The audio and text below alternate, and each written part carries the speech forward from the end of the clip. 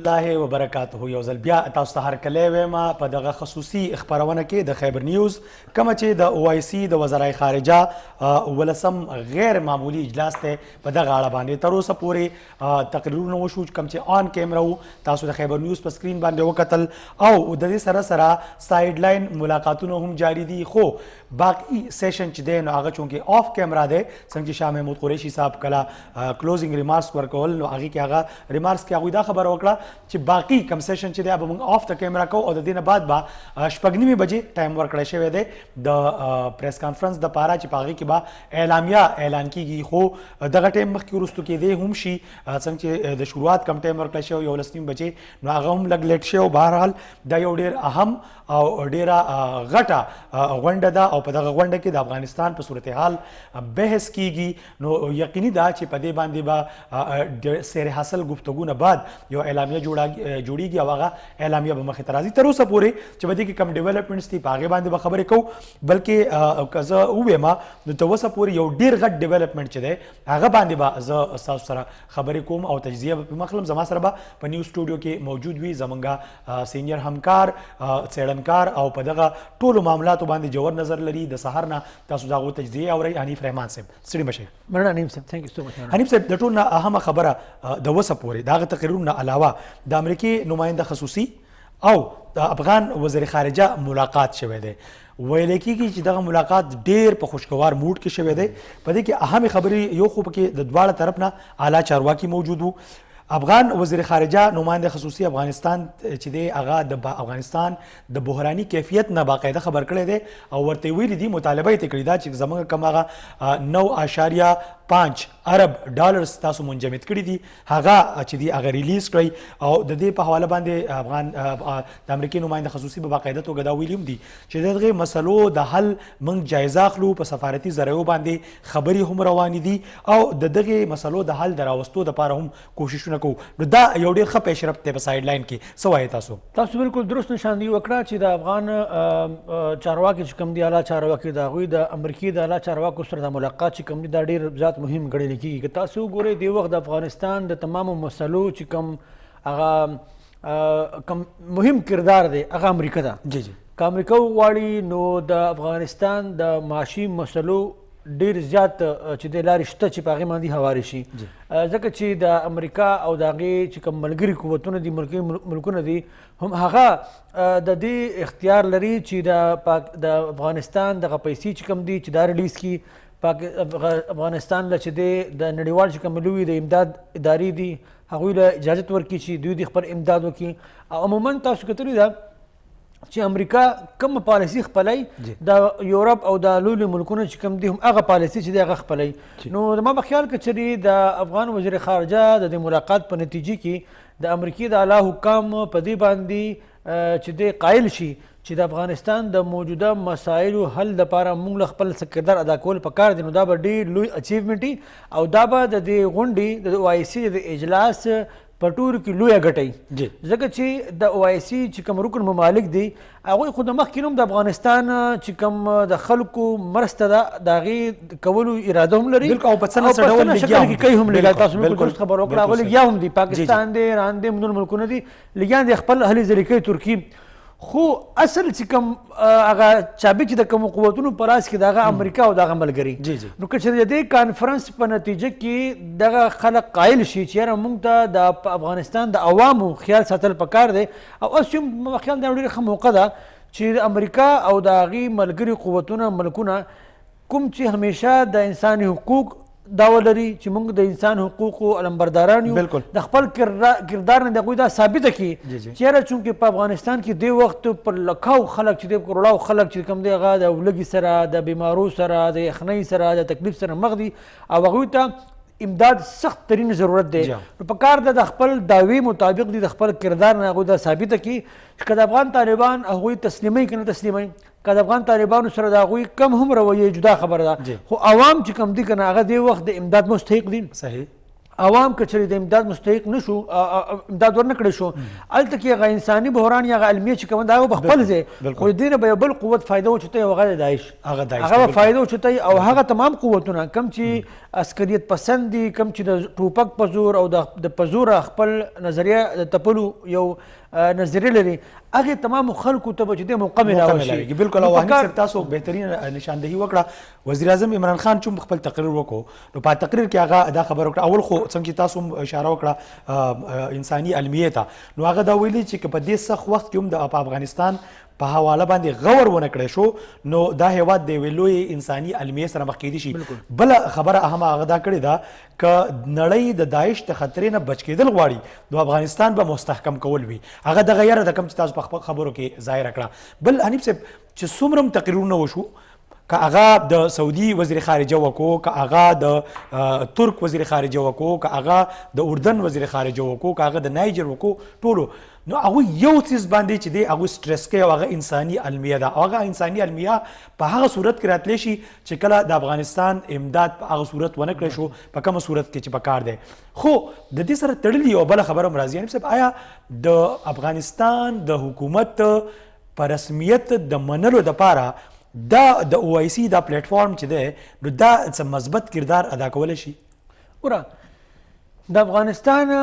حکومت موجوده افغان طالبان هغه په رسمیت پیژندل او نه پیژندل زما په خیال دا په یو دا دویم پړاو دویم فیس خبرې دي فی الحال افغانستان عوام او د افغانستان خلک چې کم دي هغه په دې منتظر دي چې وروره تاسو ټوله دنیا راپاڅېده په افغانستان چې دی ګوره دا کوم ملکونه چې نن د کوم ملکونو نه افغان ولس تمه لري او توقع لري چې هغه به زموږ امداد وکړي یا مطالبه ترې کوي دا هغه تمام ملکونه دي کوم چې د افغانستان د تباهۍ ذمهدار دي دا نړیوال طاقتونه د بین الاقوامي طاقتونه دا د افغانستان نه بلکې د خطې د تباهۍ د بربادۍ ذمهدار خلک دي دوی د افغانستان وران کړی دی هم دوی به یې جوړوي اوس ټیک شوه نو د دوی اولنی کار خو دا دی چې امداد ورکړي حالانکه زما خپل دا خیال دی چې دوی دا د سیاست کې دي ته زه د بلیک میلینګ هغه لفظ خو نه استعمالول غواړم خو ما سره بل لفظ نشته چې زه ووایم دا امداد به هله درکومه چې کله زما شرایط ومنئ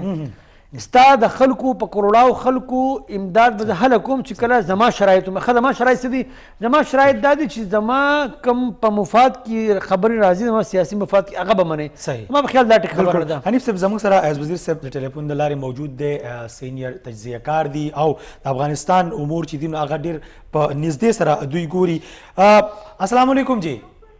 وعلیکم السلام عز وزیر صاحب دا راته ووایي نن د او آی سی دغه غیر معمولي غونډه د افغانستان په اړه کیږي تقریرونه چې کوم وشو نو په هغې کې به باقاعده توګه په هر تقریر کې یو لفظ چې دی نو هغه خو مشترک و هغه انساني المیه که فرض که د افغانستان امداد په هغه طریقه باندې ونه کړی شو چې کم پکار دی انساني المیه هم را پیدا کیدی شي او د دې سره سره عمران خان په خپلو خبرو کې دا وویل چې که نړۍ د داعش د خطرې نه بچ کېدل غواړي نو د افغانستان به مستحکم کول وي په دغه ټول تناظر کې او ستاسو خپله چې کوم سوچ او فکر دی د افغانستان په حواله په دغه حالاتو نو په دې بنیاد تاسو نننی کانفرنس ته په کم نظر ګورئ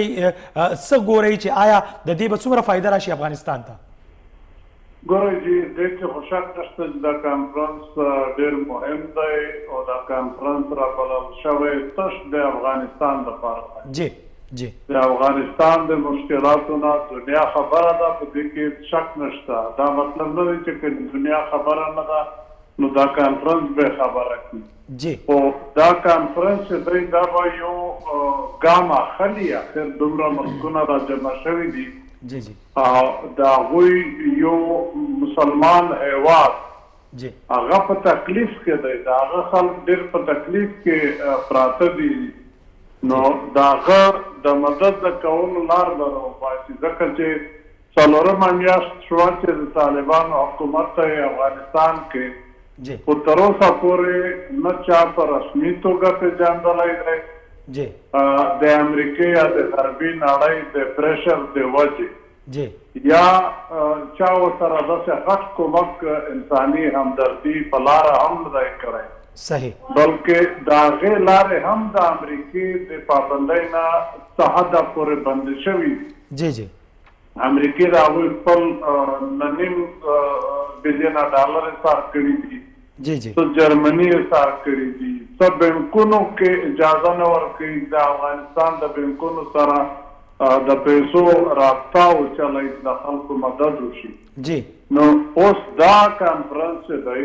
زه په دې مهم ګڼم چې که دوی یو فیصله وکړه او زما یقین دی چې د انساني همدردۍ په سلسله کې به خامخا فیصله کوي نو که هغوی مشترکه فیصله وکړه چې د افغانستان د بینکونو سره د روابط امریکې د پابندۍ نه خلاص کړی شي نو د امریکې به بله لار وینه چې دا خلاصه کړي ځکه چې دوې خبرې دي یو خو انساني همدردي ده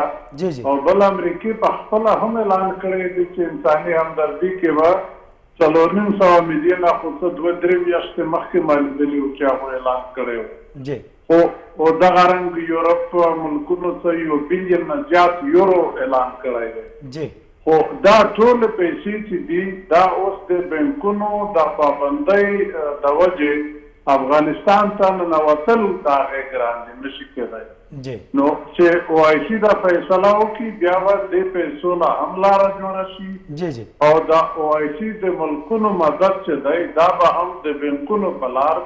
د افغانستان سره مدد شروع شي نو که په رسمي توګه څوک افغانستان نه مني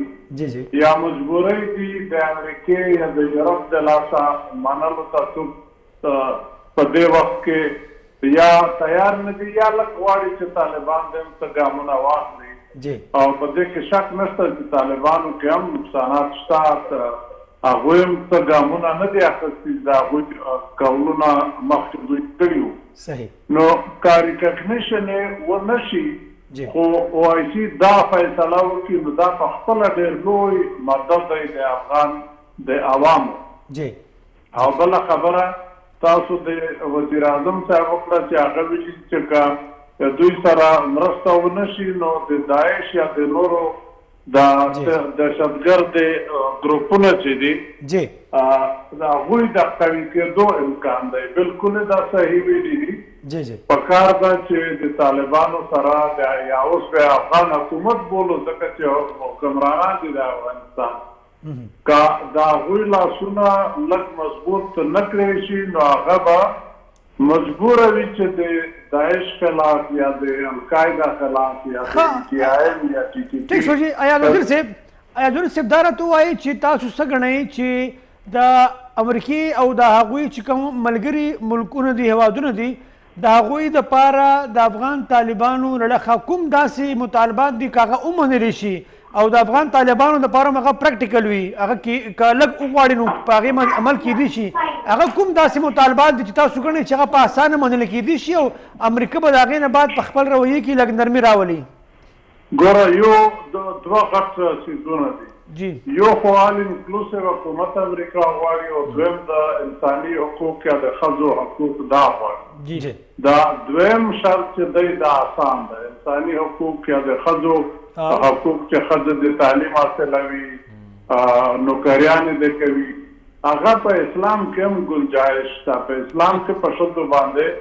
بالکل پابندي نه ده چې هغه نه تعلیم کوي نه به نوکرۍ کوي خو د اسلام د لارې دننه چې کوم اجازت دی په هغه کې طالبان ګامونه اخیستی شي دا دویمه خبره چې دا یې اړومبنی چې آل انکلوسیو نو لږ ګران ځکه دی چې طالبان په افغانستان کې خپل حکومت چلوي نو نور قومونه ځان سره شامل کړي دي خو که امریکا دا غواړي چې تیر شوی حکومت او د طالبانو حکومت دا د چا خبره سره ګډ شي د دوی ډیفرنس د ختم شي داسې زر دا نشي کېدی دا به لږ وخت اخلي پکار ده چې طالبان دا وکړي ځکه چې په 40 کالو کې دا اولنی وار دی چې افغانستان کې داسې موقع راغلی ده چې په هغه کې پوخ امن راوستی شي نو طالبان دې هم لږ د پراخ زړه نه کار واخلي لږ د سیمې پراخې کړي دا نور دې هم په ځان کې ځای کړي حکومت کې اچھا خبره ډرایوینګ سیټ ته دوی نه وي خو په دې نورو سیټونو د دا نور ملګري خلک هم سره کېنوي چې ټول یو ځای شي نو بیا به افغانستان د مشکلاتو راوځي او بیا به امریکا ته هم زما خیال دی قبوله جی ایز وزیر صاحب هم د دغه خبرې په تناظر کې یو پوښتنه جوړیږي لږ ساعت مخکې د افغانستان دپاره د امریکې خصوصي استازي او د افغانستان وزیر خارجه متقي د هغوی ملاقات شوی دی ویل کېږي ډېر خوشګوار ملاقات و په دغه ملاقات کې متقي صاحب هغه د افغانستان د حالاتو نه خبر کو هغه په جواب کې دا هم ویل دي چې موږ خبر یو د دغه تکلیفونو نه د افغانستان او په سفارتي ذریعو باندې د دې د حل دپاره کوششونه هم کوو متقي صاحب ته د هغه 9.5 ارب ډالر چې دي د هغې د ریلیز کولو مطالبه هم کړې ده دا ډیولپمنټ تاسو څنګه ګورئ آیا دا ډیولپمنټ هغه د امریکې زړه نرمۍ طرف ته لاره کوي که نه کوي بالکل دا خو کوي ځکه چې دواړه لوی سړي دي ډېر اثر لري په خپل حکومتونو کې د امریکې استازی دی د افغانستان دپاره نو هغه خپل حکومت ته څه ریکمنډیشن خو ضرور کوي جی امریکان تل عمر خو نشي پاتې کېدی چې افغانستان حکومت ونه مني یا د افغانستان سره مرستې سمې نه کړي خو څه پریشر پرې ضرور اچوي چې طالبان څه په ځان کې لاره پرېږدي چې نور خلک هم ځان سره شامل کړي نو دا ښه پیشرفت دی امید دی چې نه به ښې نتیجې راوځي ډیره مننه ایاز وزیر صاحب تاسو د تجزیې او یقینا حنیف صاحب که تاسو ګورئ خوشبیني زیاته ده په دغه حواله باندې او بل پاکستان دا ایفرټ د ډیر وخت نه بهترین ایفرټ دی او سپیسیفیک د افغانستان دپاره او عموما د افغانستان د حقوقو لپاره دغه خلکو د افغانستان د عوام دپاره چې دي نو هغه اواز اوچت کړی دی دا ټول ډیولپمنټ که فرض کا د دې هغه تسلسل بیا برقرار وساتلی شي عموما د داسې اجلاسونو نه بعد د دغه څیزونو هغه فالو اپ چې دی هغه هم نه کېږي که فرض کا هغه شانتې فالو اپ وکړی شي او دا څیزونه وکړی شي د پاکستان په حواله باندې چې کوم یو سوچ دی د په افغانستان کې د ځینې حلقو چې دوی د افغانستان په حالاتو خرابولو کې ملوث دي یو خوا بل خوا دا مختلف الزامونه چې لګي تاسو ګڼئ چې هغه هواري طرف ته به هم خبره لاړه شي ګوره بالکل دا خبره درست ده چې یو خو په دې وخت د افغان ولس د مسایلو په حواله باندې پاکستان چې په کوم طریقې ټول دنیا ته خپله خبره رسوي او بار بار دا خبره کوي که افغان طالبان یا افغان حکومت او افغان عوام دا د لکوټې بیله بیله ټریټ کړی شي دا د دوی سره دي چې مطلب که څوک د افغان طالبان سره یا د افغان حکومت سره مرسته کول نه غواړي نه دي کوي خو د افغان عوام چې کوم دی ولس چې کوم دی کنه هغه د امداد مستحق دی هغه په تکلیف کې دی او زموږ د ټولو په دنیا دا فرض جوړیږي چې موږ د هغوی سره مرسته وکړو دا هغه پیغام دی کوم چې پاکستان کوشش کوي چې دنیا ته ورسوي زما په خیال د افغانستان خلک چې کوم دی هغه ډېر باشعوره خلک دی هغه په معاملاتو باندې پوهیږي نظر لري هغوی په خپل سترګو دا شیزونه ګوري هم نو داسې ده چې کوم په تیر شوي وختونو کې یوه طبقه په زوره د افغانستان د خلکو خیالات د پاکستان په حواله باندې ډېر غلط طرف ته بولو کوشش کولو هغه کوششونه زما په خیال اوس لږ کم شي او هغه اورډي کم شوي دي تاسو وګورئ کله چې اشرف غني صاحب حکومت ختم شو او د افغان طالبان حکومت راغی نو په هغې کې لږ تبدیل راغلی ده بل طرف ته کتونکو تاسو کتی شئ د موږ په سکرین کې بل طرف ته چلیږي د زموږ په کیټو ټلویزیون باندې د بلدیاتي انتخاباتو په حواله باندې خصوصي خپرونه هم روانه ده هلته کې په پښتونخوا کې خیبر پښتونخوا په 19 ضلعو کې چې کوم بلدیاتي انتخابات کیږي دغه انتخاباتو په حواله باندې د کیټو ټلویزیون د ایوی ټي چینلز نیټورک یو بل ټلویزیون کوم چې په اردو کې نشریات ورکوي او خصوصا د خیبر پښتونخوا او د افغانستان په حالاتو باندې خلک دنیا نړۍ د اردو په اردو ژبه کې خبري نو هلته کې دغه ټرانسمیشن زوم تاسو کتی شئ په باقاعده توګه او د هر یو حلقې د هر یوې ضلعې چې څومره اپډیټس دي د هغې نه ځان خبرولی شئ حنیف صاحب موږ به هم لږ ساعت بعد کوشش کوو څه واقعیات شوي دي چې د هغې هم خبره وکړو خو هم دا اساسونه مخ په وړاندې بیا یو موږ که د تقریرونو خبره کوو د تقریرونو د حده پورې موږ سمیل کولی شو چې دغه ملکونه غواړي چې د افغانستان د خلکو د افغانستان د حکومت د هغوی مدد وکړی شي په هر ډول باندې په دې کې لږ غونته کې که موږ دغه خبره وکړو د ګاونډي ملکونو خبره وکړو نو په هغې حواله باندې هم د ترک وزیر خارجه بیان چې دی نو هغې ته که موږ ګورو ډېر زیات اهمیت ورته او هغه هم دغه وي یو خو د افغانستان د نیمې نه سیوا آبادي چې د هغه وایي د لوږې او د مالیاتي بحران ښکارېدی شي په لکونو افغانان د هغې نه متاثره کېدي شي بل اړخ ته هغه وایي چې که دا جاري بحران دغسې جاري پاتې شو دا لږ نور زیات شو نو د سیمې نور ملکونه چې دي نو هغه متاثره کولی شي نو یقینا چې بیا پکار ده چې ګاونډي ملکونه چې څومره هم دي د افغانستان پکار ده چې هغه ټول په دې حواله باندې که هغه د OIC ممبرز دي او که نه دي چې هغوی هم په دې حواله باندې هغه انډیویجول ایفرټس خامخا کوي دا ضروري ده که داسې ونه شي نو بیا به مسایل ورسته ورځ سیوا کېږي او د او آی سي رکن ملکونه او د مسلمان هیوادونو دپاره دا یو ډېره بهترینه موقع ده چې هغه د خپل کردار نه دا ثابت کړي چې واقعي او آی سي یو فعاله تنظیم دی او او آی سي چې کوم دی هغه واقعیتا د مسلمانانو نمایه تنظیم دی تر اوسه خو د بدقسمتۍ نه او یا په ډېر بخښنې سره د کردار نه دا خبر نه ده ثابت شوي بالکل ټیک شوه دا ورته یو ډېره بهترینه او ډېر اسانه موقع ده د کشمیر په حوالې به زه دا ووایم زه هغوی ته بین الاقوامي مسایل به ورته وي یو پریشر به وي څه مجبوریانې به وي د فلسطین په حوالې به څه پریشر به وي څه پریشانیانې به وي د افغانستان په حوالې خو ورته ډېر اسانه او ډېره بهترینه موقع ده ورته ځان دې ثابت کړي یو فعاله تنظیم دی او مسلمان هیوادونه د یو بل مرسته کولی شي دا خبره دې ثابت کړي که یورپین یونین راپاسي او هغه د یورپ د یو ملک د مسلو د حل لپاره سنجیده ګامونه پورته کوي او یو بل د تعاون او د ملګرتیا لاس ورکوي نو مسلمان ملکونه ولې نشي کولی بالکل دا یو بهترینه موقع ده او دا به یو ډېر ښه ټرینډ سیټ شي بیا به دا به د مسلمان ملکونو د اتحاد مضبوطوالي طرف ته یو ډېر مهم ګام او په مستقبل کې هغه قوتونه چې هغوی د اسلامي ملکونو خلاف څه خبره کول غواړي څه سازش کول غواړي هغوی ته به پیغام میلاو شي هغوی ته پیغام میلاو شي چې دا هیوادونه د یو بل مرسته کوي او د یو بل سره کلک ولاړ دي د سیاسي مسایل په هر ملک کې دي شي د یو بل سره سیاسي مسایل به وي هغه تاسو وګورئ د ګلف کنټریز خپله کې څومره مسلې دي خو چې کله خبره د عرب راشي هغه یو وي د یورپین کنټریز خپله کې څومره مسلې دي خو چې کله خبره د یورپ راشي هغه یو شي نو دغه رنګې د مسلمان ملکونو ته یو ډېر ښه موقع میلاوه شوې ده که چېرې د افغانستان د امداد په حواله باندې دوی یو مثبت او یو نتیجه خیز فیصله وکړي نو تاسو وګورئ په دې کې به د مسلمان ملکونو په عزت کې په توقیر کې نور اضافه وشي او دا یو بهترینه موقع ده د مسلمان ملکونو سره او په خاص توګه د او آی سي سره بهترینه موقع ده چې د خپل کردار نه دا خبره ثابت کړي چې موږ یو فعاله تنظیم یو او موږ واقعیتا د مسلمان ملکونو ښېګړه کول غواړو صحیح انیب صاحب د سعودي عرب چې کوم وزیر خارجه دی د هغه چې کومې تقریر و د هغې اهمې خبرې چې دي په هغې باندې خبرې کوو خو دا وخت زموږ سره چونکې د کانفرنس د ځای نه نیغ په نیغه زموږ همکار سیار علي شاه موجود دی د هغه سره خبرې کوو سیار علي شاه آف کیمرا سیشن روان دی سایډ لاین ملاقاتونه کیږي او ډېر ښه خبرونه ستاسو په ذریعه راځي لکه مطلب د افغانستان دپاره د امریکي خصوصي استازي او د متقي صاحب ملاقات یو ډېر خوشایند ګام دی که فرض کا واقعي خوشګوار شوی او د دې نه ښه سره وځي د افغانستان د قوم دپاره نو یو ښه موقع به موږ ووایو چې هغه پاکستان اویل کړه د افغانستان دپاره د دې نه علاوه څه ډیولپمنټس دي تر اوسه پورې کمې خبرې کیږي د افغانستان د خلکو لپاره د افغانستان د حکومت دپاره ښه خبرونه څه دي نن د او آی سي چې کوم اجلاس روان دی هغې کې هغه ټیکنیکل معاملات دي او هغې چې کوم قرارداد به وړاندې کوي او هغه بیا پاس کوي هغې باندې غور و غوص روان دي او هغې کې غټ ډیولپمنټ دا دی چې د افغانستان دپاره د او آی سي یو ټرسټ جوړولو چې کوم دی نو دغه د پاکستان تجویز او دغه تجویز منلی شوی دی او دغه به اوس باقاعده د قرارداد په صورت کې منظور کړی شوی هم دی بل خوا چې څنګه تاسو اشاره وکړه د دې اجلاس چې کوم بل لوی مقصد و زموږ په دې حوالې سره زما خبرې هم وشوې د افغانستان کې د پاکستان سفیر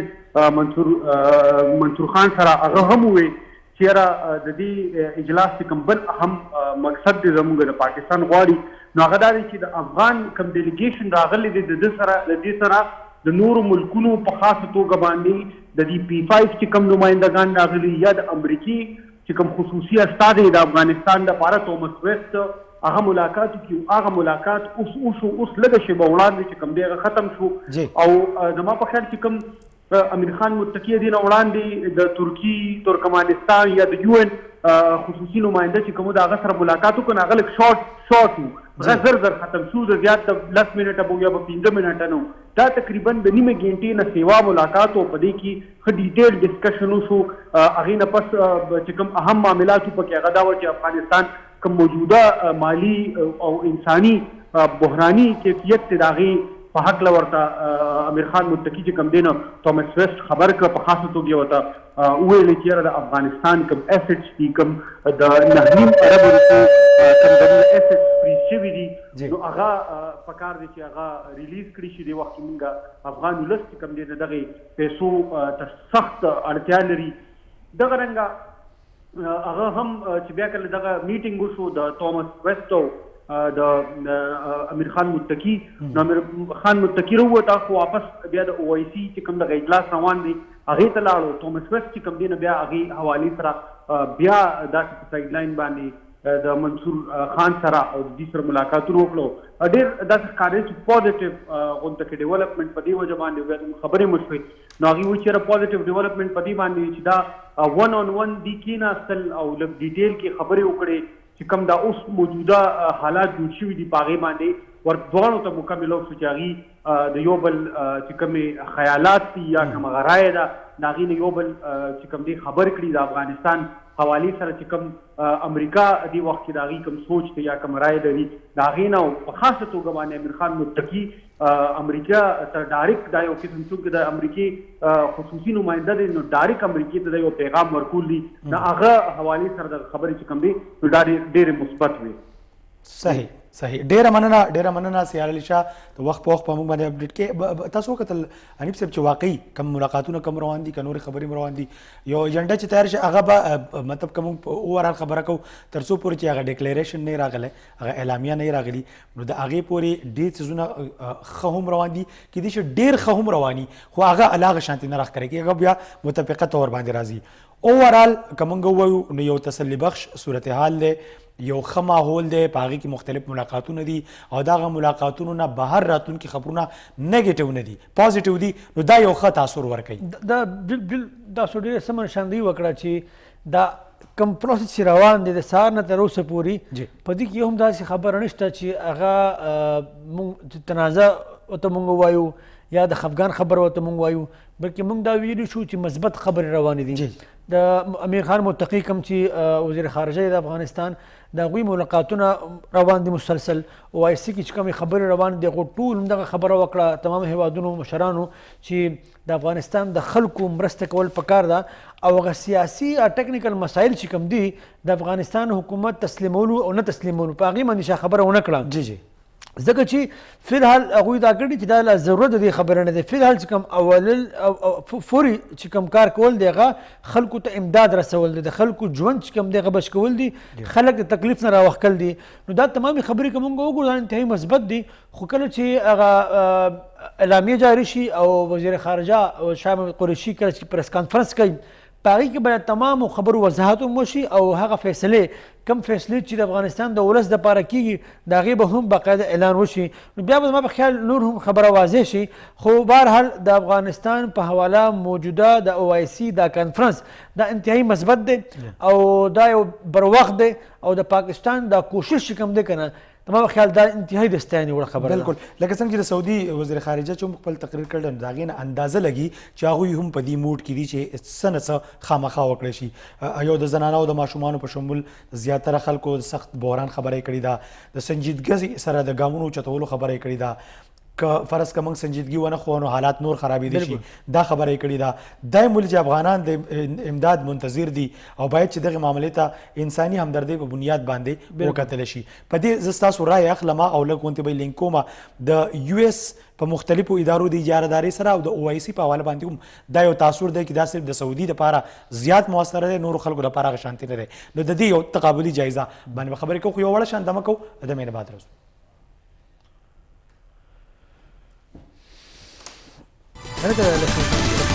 هغه خلوادي سنجاني لوګټي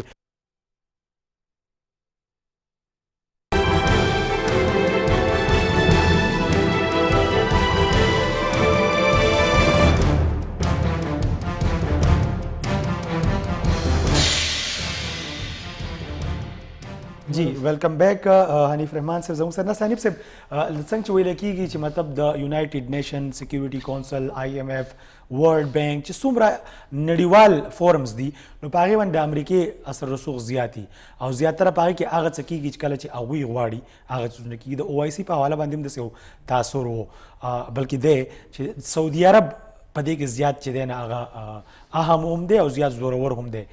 وس د سعودي عرب د طرف هم داسې قسمه د هغوی د وزیر خارجه د طرف هم داسې قسمه بیانونه راتله چې دي نو هغه تاسو چې وختي کومه خبره وکړه چې دا به یو پریسیډنټ جوړ کړي که فرض کړه د افغانستان دپاره په باقاعده توګه OIC خپل کردار هغه شانتې ادا کړي نو په راتلونکي د اسلامي ملکونو دپاره هېڅ یو ملک چې دی د هغوی خلاف نه سازش کولی شي او نه داسې حرکت کولی شي چې هغوی ته نقصان ورسوي نو تاسو ګڼئ چې دا وخت سنجیدګي ده ځکه دوی په خپل تقریر کې ویل دي چې که سنجیدګي ونه ښودی شوه نو معامله خرابېدی شي سعودي عرب د طرف نه خو د امداد اعلان مو شو جی سو اربع دغه ریاله غالبا هغوی چې د امداد هم کړی دی نو د دې نه دا پته لګي چې سعودي عرب هم سنجیده کوشش کول غواړي او سعودي عرب که چېرې نه غوښتې نو دا OIC دا مهم اجلاس چې کوم دا ممکن هم نه خو دا اجلاس چې کوم د پاکستان په کوششونو باندې روان دی په دې کې د سعودي عرب یو ډېره لویه برخه ده او هغوی هم اوس په دې پوه دي چې د افغانستان دا معاملات که چېرې ښه طرف ته لاړ نه لرو زمونږ په ملک کې هم مسایل جوړېدی شي ځکه چې تاسو که وګورئ چې د داعش او دا معاملات چې کوم دي که نه دا اصل کې عرب دي دا د پاکستان او د هندوستان او د ایران او د دې ملکونو دپاره خو خطره دی ده خو دا زیاته خطره د سعودي عرب او د ګلف کنټریز دپاره ډېره زیاته چې د خطره ده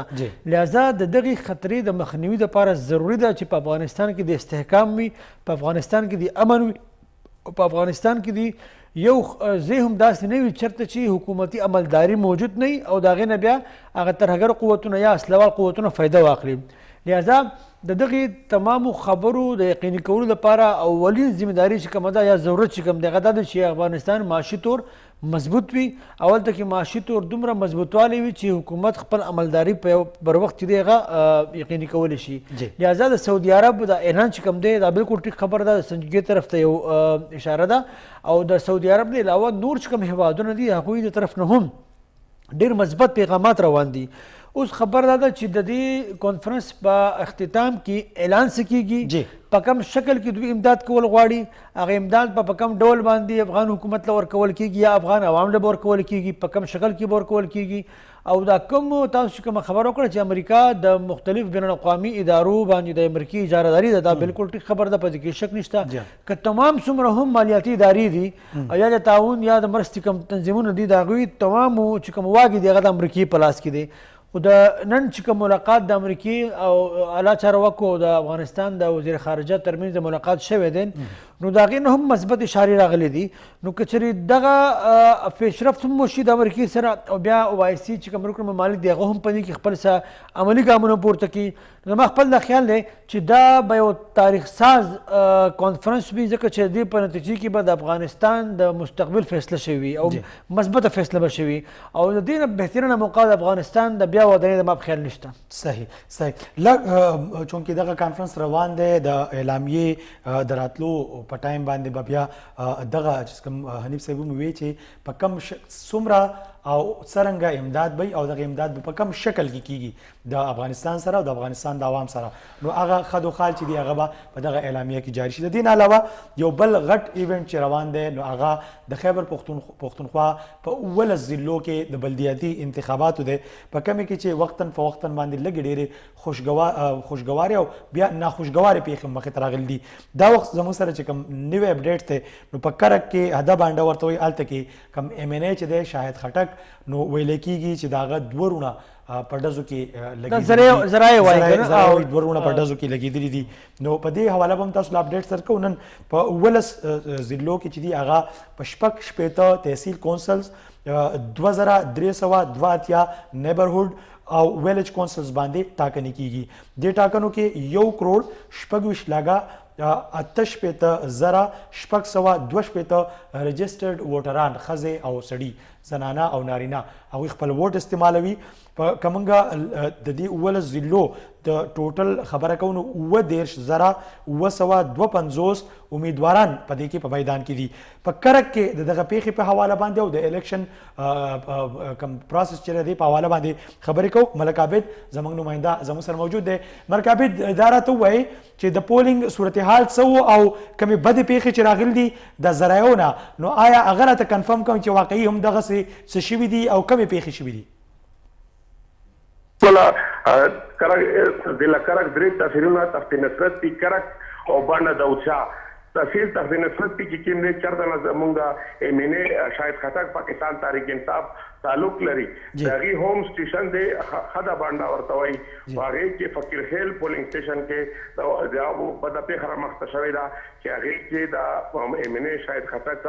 سکا د تر ځای وسرات دا ګنر او په حق رسیدلی دي او څلور کسان چې دي هغه بل شوی دي او بل طرف ته په تحت نصرت کې شوکوسات کله ورته وایي یو غټه قصبه ده هغه کې مکمل پولینګ سټیشن کې دی هغه سوا د اور پکې لګول شوی دی دې نه علاوه زراعي دا وایي چې کرک تحصیل چې کوم دی هغه بادین خیل ایوا علاقہ دا غریزه علاقہ دا هغه کې پولینګ سټیشن چې دی هغه هم داسې کوټه پکې غشوي او بل طرف ته خلک پولیس دا وایي چې د کوم ډیسټرکټ ریټرنینګ افسر یا الیکشن کمیشن چې کوم تنظیمات کړیو دا د جنرال الیکشن په شان باندې شیو دا نه کافیو پکار درې چې راځي بلدیاتي ټکنې دي په دې کې خلک ډیره ګرم جوشای سره حساب خولي نو په سونو تعداد کې سب ټایم ختمېدو باندې دا او په سټیشنونو کې وداران چې دی ولار دي او عمله کوم د اوټ نه کس کیږي نو تر نه او ډېر کم شوی دی جی ملک عابد دا کم چې تاسو وی چې پولینګ سټیشن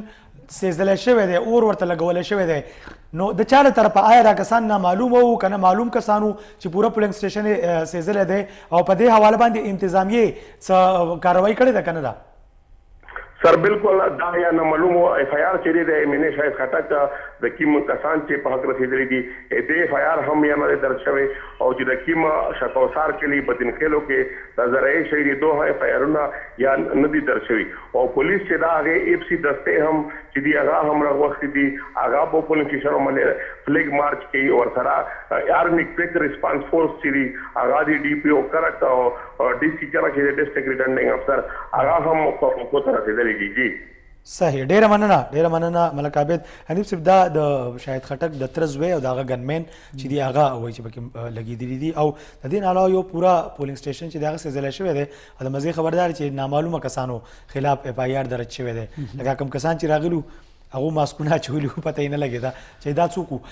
د بل انتظامات او خبرو کړه هغه تام یو اهم پوینټ دی د جنرال الیکشن په شانتي انتظامات چې په کار دار کې د لوکل الیکشن په شانتي شوی نو زما په خیال د ووټ ورکولو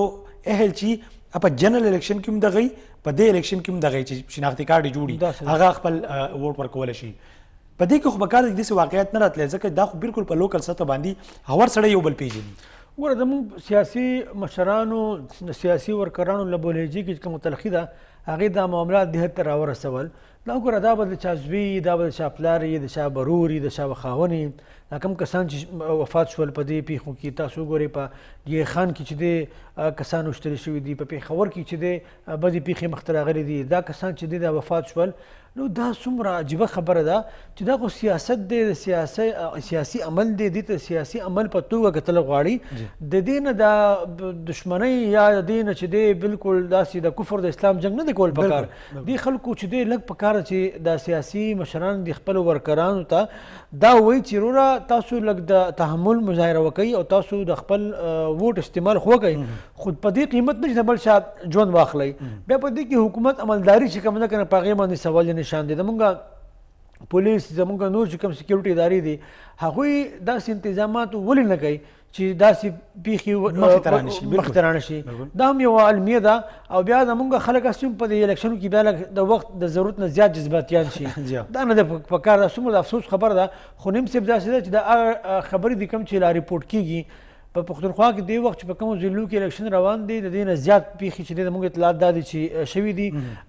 مختلف علاقو کې جنګ جګړې شوي دي یو بل سره تاوتریخوالی مخته راغلی دی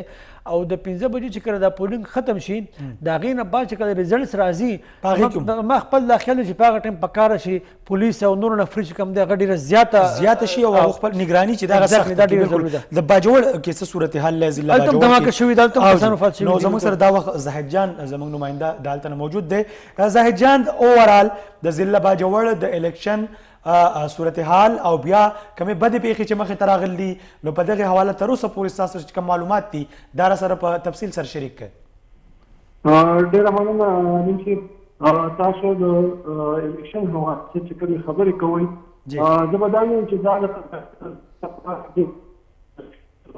او بیا د باجوړ لپاره هم ډېره د تاریخ ورځ وه ډېر په خوشحالۍ سره د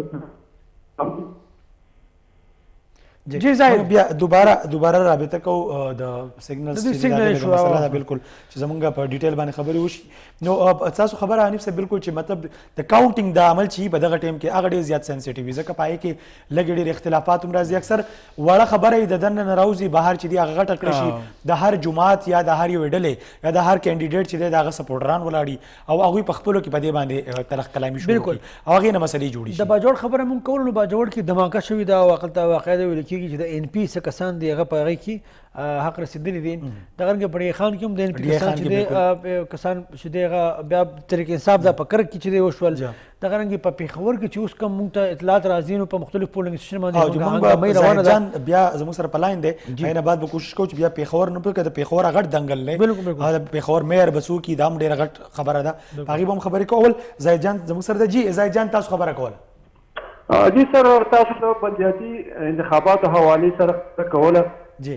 دا د ټولو قبایلي اضلاع لپاره ډېره زیاته تاریخي ورځ ده ځکه چې د مرجر نه پس دا دویم داسې عمل دی لکه په کال 2019 کې صوبایي انتخابات او بیا دې خلکو ته بلدیاتي انتخابات هغه حقوق ورکول دا ډېر د تاریخ خبره وه. خو د بدقسمتۍ نه د باجوړ دغه خوشګواره فضا چې دا خلک ډېر په خوشحالۍ سره جوش او جذبې سره زنانه دغه شانته کې سپینګیري کوم زموږ خصوصي افراد چې دي هغوی ډېر په ګڼ تعداد کې د خپل اوټ د حق رایده استعمالېدو دپاره راوتي وو. په دغه دوران په باجوړ مامون په سیمه کې د عوامي نشنل ګوند په ګاډي باندې بمي چاودنه وشوه په کوم کې چې 6 تنان ډوبل شوي دي او 2 تنان چې کوم دي هغه مړه شوي دي. په دغه 6 تنانو کې د یو کس حالات چې دي هغه ښه نه ښودلی کېږي. د دې سره سره د تحصیل سلارزو کم ملاسیت سیمه چې ده په هغه کې هم په پولینګ سټیشن کې د پارټیانو ترمنځ بدنظمي شوې ده او په هغه کې وال ټکول شوي په کوم کې چې د پاکستان تحریک انصاف 3 تنان زخمیان شوي دي. دغه رنګ اوس لږ ساعت وړاندې خار ګورنمنټ ګرلز های سکول کې د پاکستان تحریک انصاف د خار سب ډیویژن چې کوم امیدوار دی لقمان هغه سکول ته راغلی او هغه ډایرکټ د زنانو پولینګ سټیشن ته ورغلی په کوم باندې چې د نورو پارټیانو خلک چې دي هغوی سره حتاپایي وکړله لانجې ورسره وکړله چې دا خو جی پولینګ سټیشن ته ورغلی نو جی جی ډېره مننه کوشش کوو چې د پېښور والا سره هم خبرې وکړو. هلته هم به بل حنیف صاحب د الیکشن دوره چې د کله نه هم شروع شي زمونږ د غټه ریسپانسبیلیټي چې جوړېږي هغه د مین لیډرشپ جوړېږي. هغه مین لیډرشپ که خپل تقریرونه په داسې حالاتو کې چې هغه صرف د پالیسیانو خبره وکړي هغه صرف د نظریاتو خبره وکړي کله چې هم دا خبرې کله په شخصي تنقید باندې چې راشي نو د هغې نه بیا داسې قسمه واقعات چې دي هغه جنم اخلي. تاسو کتل که نه زاهد جان وویل چې په مختلفو پولنګ سټیشنو کې چې دی تاوتریخوالی شروع شوی دی وال ټکول شوي دي. د بدقسمتۍ خبره نیم چې بیا دا ده چې دا وال ټکول دا تاوتریخوالی دا صرف د الیکشن حد پورې محدود نه دا بیا د الیکشن نه بعد هم دا چونکې د کور کلي خلک یو بل پېژني څم ګاونډ خلک یي لهذا دا نفرتونه دا بغض دا بیا ټول عمر دوی چې دی روان او د دې نه بیا لوی لوی مسلې جوړې شي. نو تاسو خبره بالکل درست ده چې اصل ذمهداري د سیاسي لیډرانو جوړېږي چې هغه د خپل کارکنانو داسې تربیت کوي چې سیاسي عمل ته د صرف د سیاسي عمل په سترګه ګوري د دې نه چې جنګ جګړه نه جوړوي. ځکه چې تاسو په خپله وکتل چې زموږ سیاسي مشران راپاسې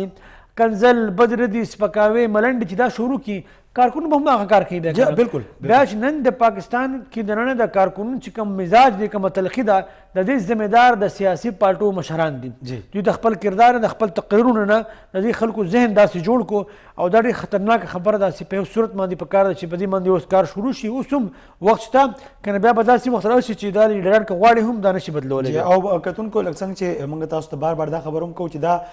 په اول ځل په قبایلي ضلعو کې هم بلدیاتي انتخابات کیږي. اول د صوبایي اسمبلۍ دپاره شو او اوس چې دي هغه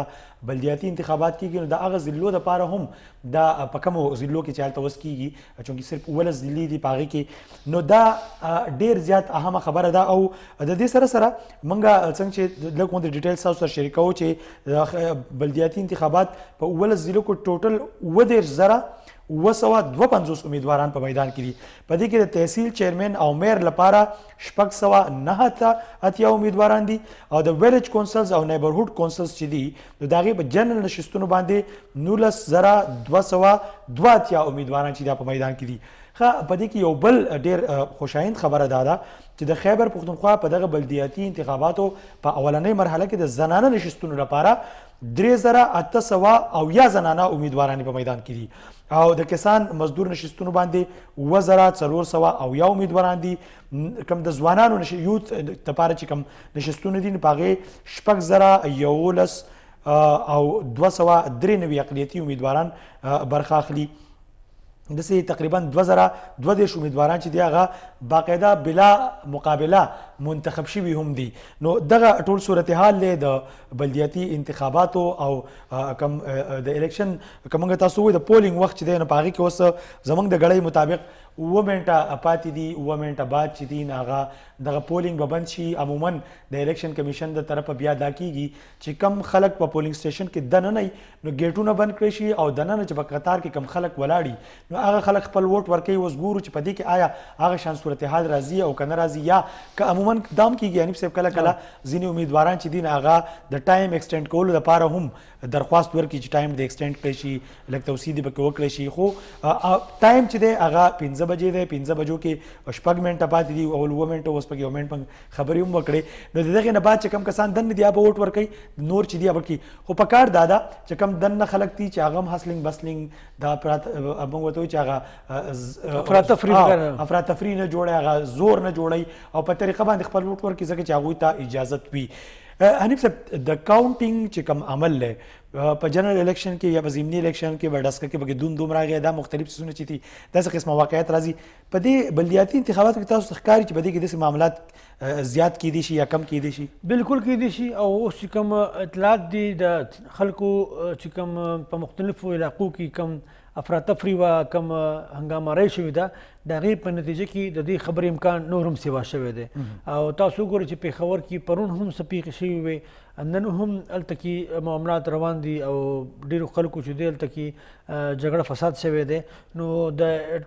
کاونټینګ په وخت باندې به یقینا زیات احتیاط کول پکار دی. زمونږ چې کوم سیکیورټي ادارې دي او هغه ځای چېرته چې دوه فریقین یا دوه ګروپونه یو بل ته مخامخ ودرېږي پکار ده چې هغه یو بل ته مخامخ پرېنږدي. په مختلف ځایونو کې که څوک راځي مخامخ پولینګ سټیشن ته مخامخ دي کښېني نو په داسې ځایونو کې دي کښېني چې هغه د یو بل لري چې یو بل ته مخامخ کېږي نه. ځکه یو بل چې مخامخ شي نارېبازي وي زړه به دا وي د مخکې نه دی نو بیا یو بل ته لاسه شي. نو دا ډېر افسوس خبره ده لکه په مهذب معاشرو کې تاسو نیم یو لنډ مثال در کوم. زه په هالنډ کې وم په یو زمانه کې یو څو میاشتو لپاره تللی وم نو یو ورځ راپسې د هغه ځای مقامي صحافي راغی نو ما ته زه مصروف یم زمونږ الیکشن شوی دی د ملک نو زما به نن چې ډیپټي د خپل څه کوریج ما الیکشن کله وشو ویلي پرون شوی دی که نه ما ویلي دا د یو میاشت نه چې د تیارانې روانې وې پرون الیکشن وشو نو ما یې که زه یو میاشت نه خو زه دلته هالنډ کې یم زه په هالنډ کې یم یو میاشت نه نه مې وال ټکول ولیدل نه مې جنډې ولیدې نه مې نارېبازي نه جلسې جلوسونه دا څنګه الیکشن دی وشو. هلته کې د مهذبو خلکو چې دی هغه کارونه مهذب او بل هغوی دې شخصیاتو ته نه ګوري هغه پالیسیانو ګوري چې بې مانه څوک کار کوي. ایګزیکټلي مانه تعلیم صحت انفراسټرکچر نوکري روزګار د دې څیزونو لپاره کم سړی ښه کار کوي. دلته پکې مرګونه وشي نه که څومره د افسوس خبره ده. حنیف صاحب د پېښور میئرشپ څومره اهم دی او د هغې دپاره تاسو څه ګڼئ؟ د پېښور میئرشپ د تحریک انصاف دپاره د سیاسي مرګ او ژوند خبره ده. د سیاسي مرګ او ژوند خبره ده. تاسو څه وایي چې خطره ورته شته؟ بالکل ګوره او د چا نه ده؟ وګوره د کم طریقې سره چې پرون واقعیت مخته راغلی دي کم خلک نیولی شوی دی او نن چې بیا کم تاوتریخوالی مخته راځي نو پریشانه دي. خو هلته کې مصیبت دا ګڼي اپوزیشن ځان دپاره چې اپوزیشن هم چې دی هغه د